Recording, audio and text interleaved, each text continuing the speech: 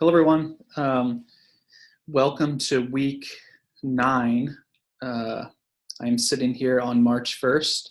For those of you not in Nebraska, we have a minus 10 wind chill this morning, which is just crazy to believe that it's March 1st and it's minus 10 and we have a couple feet of snow on the ground and expecting more snow today. So I don't know if spring, summer will ever come. So I hope it will. But regardless, we're going to keep moving along in this semester. We're over halfway through this semester, which again, I can't believe. In the last few weeks, we've talked about policy and advocacy.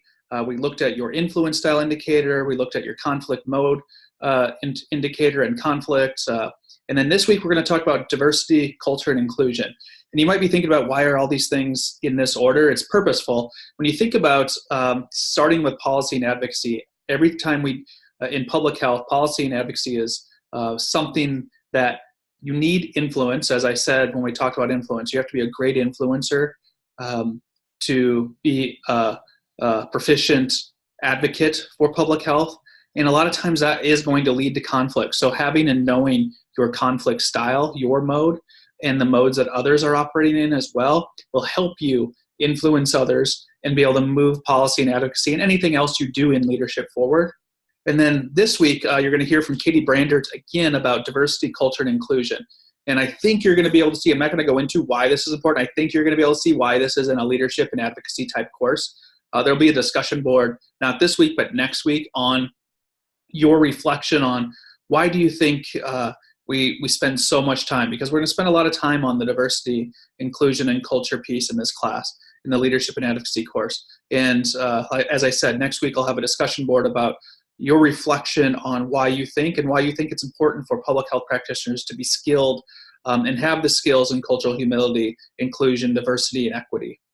So I look forward to you listening to and hearing from Katie. She's an expert in this area, and she is someone that has done a lot of research and study in this area. So I could think of no one better to go through these pieces with you this week. Also, I wanted to thank all of you for your insightful and really taking the time and thoughtful reflections to the influence style indicator and your influence styles and the things you want to work on. I'm impressed by everyone's comments and how you're working together through those. I do read them, as I said before. I'm likely don't comment unless there's something that I see that needs commenting on, that there might be confusion with a term or a topic. But otherwise, the discussion board is really for you to build your classroom community. And as I said, I do read them, and I'm impressed by the thoughtfulness. This is more interactive than a lot of classes I've had in online classes. So thank you for that. That makes the class environment and much better. And then I can see who's participating, who's not participating too, because if you remember, you have those participation points coming up. And speaking of points, I wanted to look at what we have coming up as well. I'm going to share my screen real quick.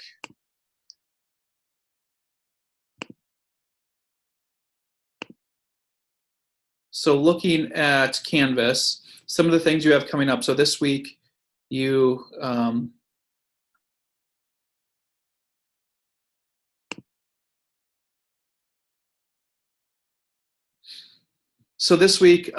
Tuesday, relate conflict style assignments. This is a simple reflection on conflict and your conflict style. Next week, you have the group charter worksheet, and then also the Ask the Leadership Expert interview. Those are both due next week on Thursday the 14th.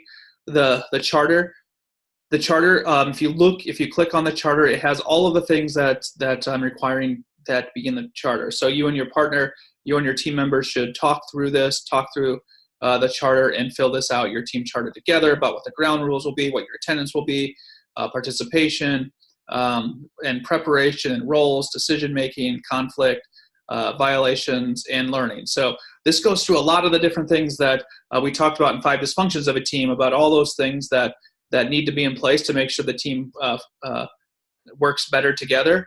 So really think about all of these things and put them in. You might think about putting this in as a table. That might work best if you construct a table. It doesn't have to be. However you would like the the charter to be. And then I also recommend that there's some type of acknowledgement that both parties agree on this. So sign off on it before you submit it. So if you have any questions about this, please don't hesitate to ask about the charter. If you have any questions about the Ask the Experts, Ask the Leader interview, don't hesitate to ask questions about that as well. I think that's all I have this week. Again, if you ever need anything, don't hesitate to ask. Most of you are not afraid to ask. Apologize for my video being a little dark. Maybe I'll open up my shade, but it's kind of a dark, gloomy day out. So that might not help. But anyway, have a great week, and I will talk to you next week, and I will be in touch, I'm sure, via email and other communications and announcements. Thank you.